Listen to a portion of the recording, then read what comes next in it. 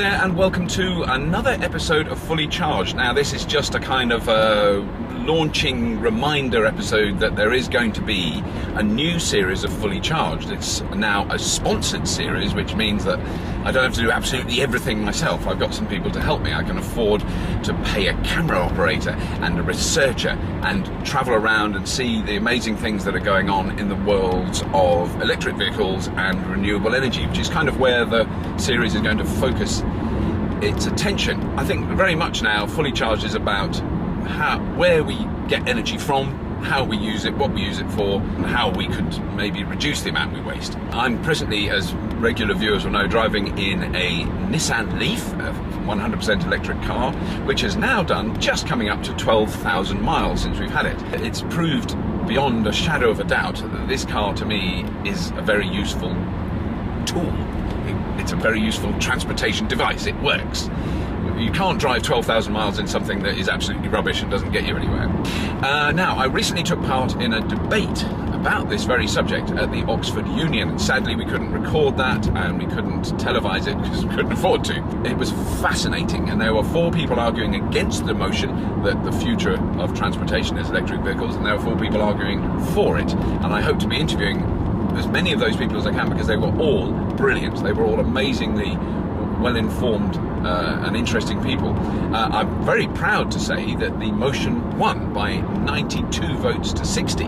But what that shows is there is still a lot of divided opinion about this subject. So 60 people thought electric vehicles weren't the future out of the people who voted, and 92 people thought they were. So clearly it was a victory in some sense, but you know, it's a very, very divisive topic, which is surprising really, because it's just like, you know, how many electric cars are there on the road? Very, very few.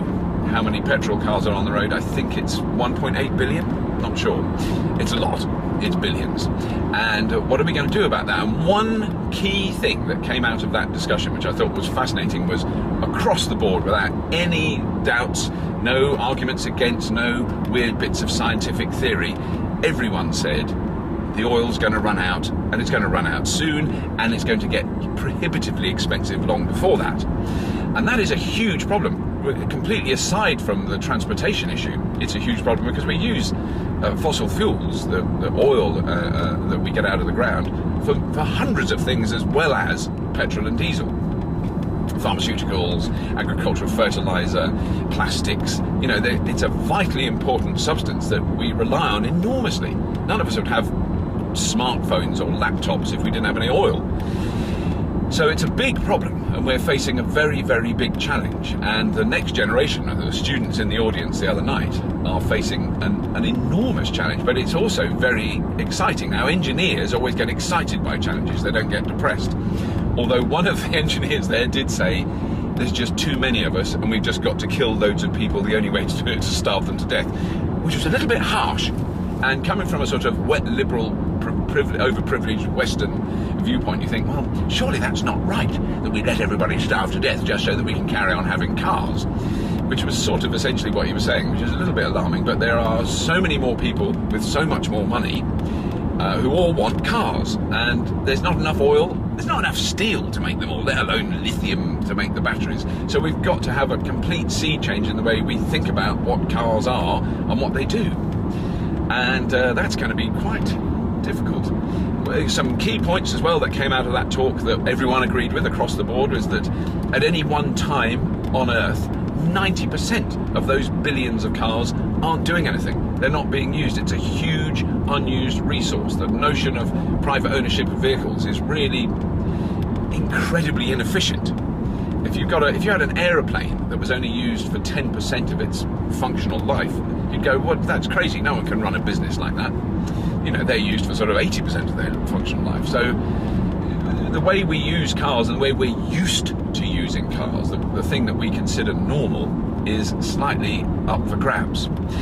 That is all the subjects that we're going to be talking about on the new series of Fully Charged, which is coming quite soon. I don't want to give a date yet because I'm not absolutely certain, but there's some fantastically exciting things. We're seeing some extraordinary vehicles, absolutely revolutionary, ground-shaking, amazing breakthroughs in vehicles, in battery technology, in regenerative power, in getting power from the suspension and from the wind going over the body.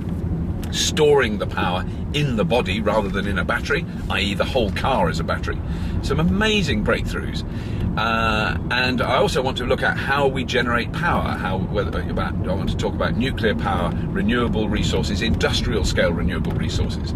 Some extraordinary big developments going on in the world regarding that.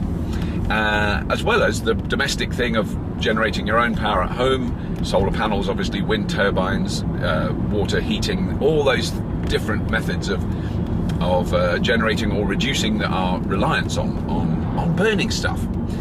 So that's the kind of key thing, is I want this program to look at the notion of moving towards a global society where we don't have to burn stuff. It's a ridiculous utopian load of old twaddle, except it's becoming more and more possible and more plausible, and most importantly of all, more and more necessary. So please join me again on Fully Charged very, very soon.